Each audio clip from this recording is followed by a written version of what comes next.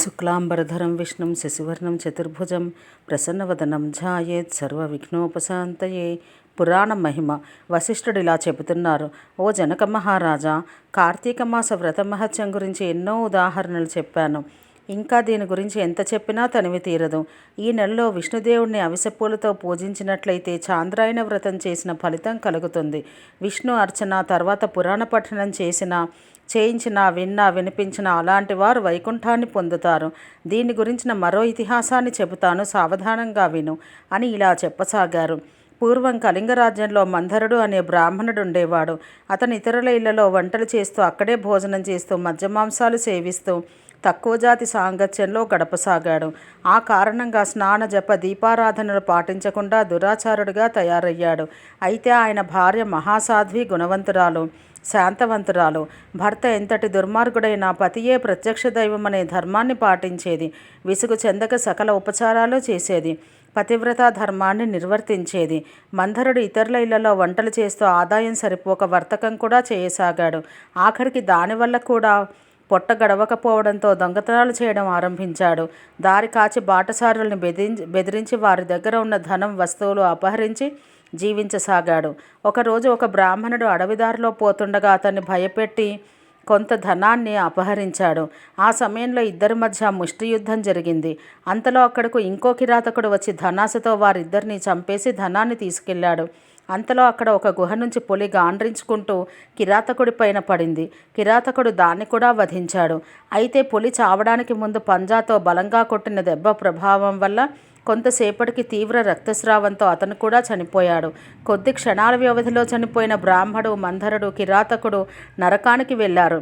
హత్యల కారణంగా వారంతా నరకంలో నానా విధాలైన శిక్షలు అనుభవించారు. మంధరుడు చనిపోయిన రోజు నుంచి అతని భార్య నిత్యం హరినామస్మరణం చేస్తూ సదాచారవర్తినిగా భర్తను తలుచుకుంటూ కాలం గడిపింది. కొన్నాళ్లకు ఆమె ఇంటికి ఒక ఋషి రాగా ఆమె గౌరవంగా అర్ఘ్యపాద్యాలు ఇచ్చి పూజించి, స్వామి, నేను దీనురాలను, నాకు భర్త కానీ సంతతి కానీ లేదు. నేను సదా హరినామాన్ని స్మరిస్తూ జీవిస్తున్నాను. నాకు మోక్షం లభించే మార్గం చూపండి అని ప్రార్థించింది. ఆమె వినమ్రత, ఆచారాలకు సంతసించిన ఆ ఋషి, అమ్మ, ఈరోజు కార్తీక పౌర్ణమి చాలా పవిత్రమైనది. ఈరోజు వృధా చెయ్యకు. ఈ రాత్రి దేవాలయంలో పురాణాలు చదువుతారు. నేను చమురు తీసుకుని వస్తాను.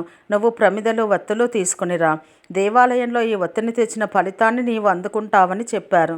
దానికి ఆమె సంతసించి వెంటనే దేవాలయానికి వెళ్ళి శుభ్రం చేసి గోమయంతో అలికి ముగ్గులు పెట్టి తానే స్వయంగా వత్తి చేసి 2 వత్తులు వేసి ఋషి తెచ్చిన నూనెను ప్రమిదలో పోసి దీపారాధన చేసింది. ఆ తర్వాత ఇంటికి వెళ్ళి తనకు కనిపించిన వారిని ఈరోజు ఆలయంలో జరిగే పురాణ పఠనానికి తప్పకుండా రావాలని ఆహ్వానించింది. ఆమె కూడా రాత్రి పురాణం విన్నది. ఆ తర్వాత కొంతకాలం విష్ణునామస్మరణతో జీవించి మరణించింది. ఆమె పుణ్యాత్మురాలవ్వడం వల్ల విష్ణుదూతలు వచ్చి విమానం ఎక్కించి వైకుంఠానికి తీసుకెళ్లారు. అయితే ఆమెకు పాపాత్ముడైన భర్తతో సహవాసం వల్ల కొంచెం దోషం కలిగింది. కొద్ది నిమిషాలు నరకంలో గడపాల్సి వచ్చింది. దీంతో మార్గమధ్యంలో యమలోకానికి తీసుకువెళ్లారు. అక్కడ నరకంలో మరో 3తో కలిసి బాధపడుతున్న భర్తను చూసి ఒక్క క్షణం దుఃఖించింది.